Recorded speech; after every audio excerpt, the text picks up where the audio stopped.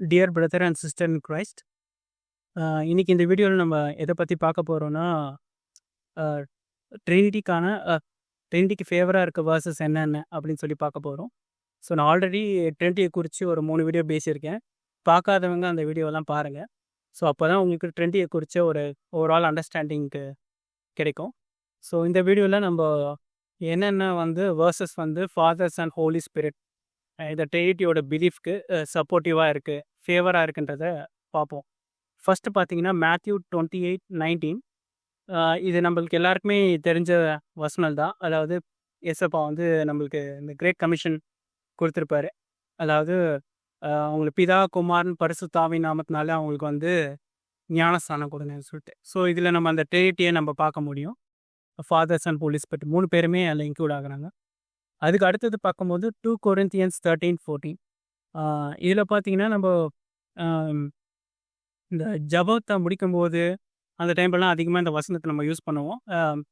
நம்மளோட பிதாவாகிய தேவனுடைய அன்பும் கர்த்தராகிய இயேசு கிறிஸ்துவின் கிருபையும் ஆவியானவருடைய ஐக்கியம் நமக்கு உண்டாயிருப்பதாக அப்படின்னு சொல்லிட்டு. ஸோ இதுவும் நம்ம ட்ரினிட்டிக்கு சப்போர்ட்டிவான வேர்சஸாக நம்ம கன்சிடர் பண்ணலாம். அதுக்கு அடுத்தது பார்த்தீங்கன்னா ஜான் 10:30. அதில் பார்த்தீங்கன்னா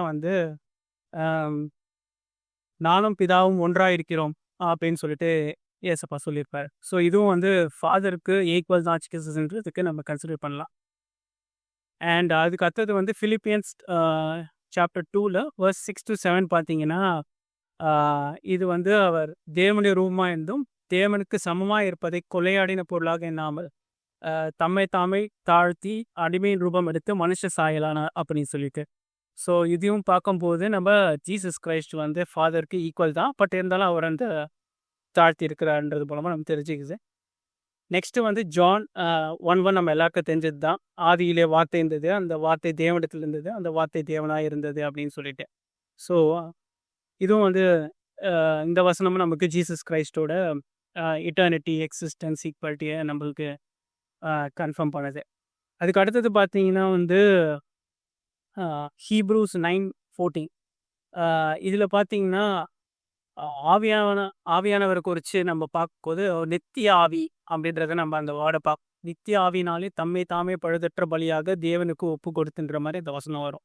ஸோ இதன் மூலமாக ஆவியானோட எட்டர்னிட்டி, எக்ஸிஸ்டன்ஸ் இதெல்லாம் நம்ம பார்க்க முடியுது. அண்ட் நெக்ஸ்ட்டு பார்த்தீங்கன்னா ரோமன்ஸ் 8:11.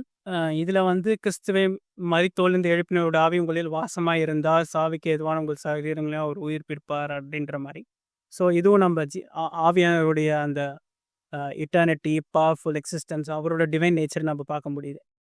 ஸோ இதெல்லாம் ட்ரினிட்டிக்கு நம்ம ஃபேவராக பார்த்த வசனங்க. இது மட்டும் தான் இருக்கானா? இல்லை, இன்னும் நிறைய வசனங்கள் இருக்கிறது.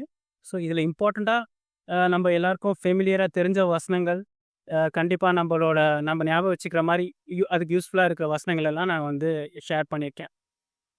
ஏற்கனவே சொன்ன மாதிரி தான் இதுக்கு அடுத்த வீடியோவில் அந்த ஃபைனல் வீடியோ. ஸோ அந்த வீடியோவில் நான் என்ன கன்க்ளூஷன்றதை எது கரெக்டான அண்டர்ஸ்டாண்டிங், ஏன்னா இதுக்கு முன்னாடி இருக்க வீடியோவில் ட்ரினிட்டிக்கு அகெயின்ஸ்டாக இருக்கிற வேர்சஸ்லாம் என்ன அப்படின்றத நம்ம பார்த்தோம். இந்த வீடியோவில் அதுக்கு ஃபேவராக இருக்க வேர்சஸ் என்னன்னு பார்த்தோம்.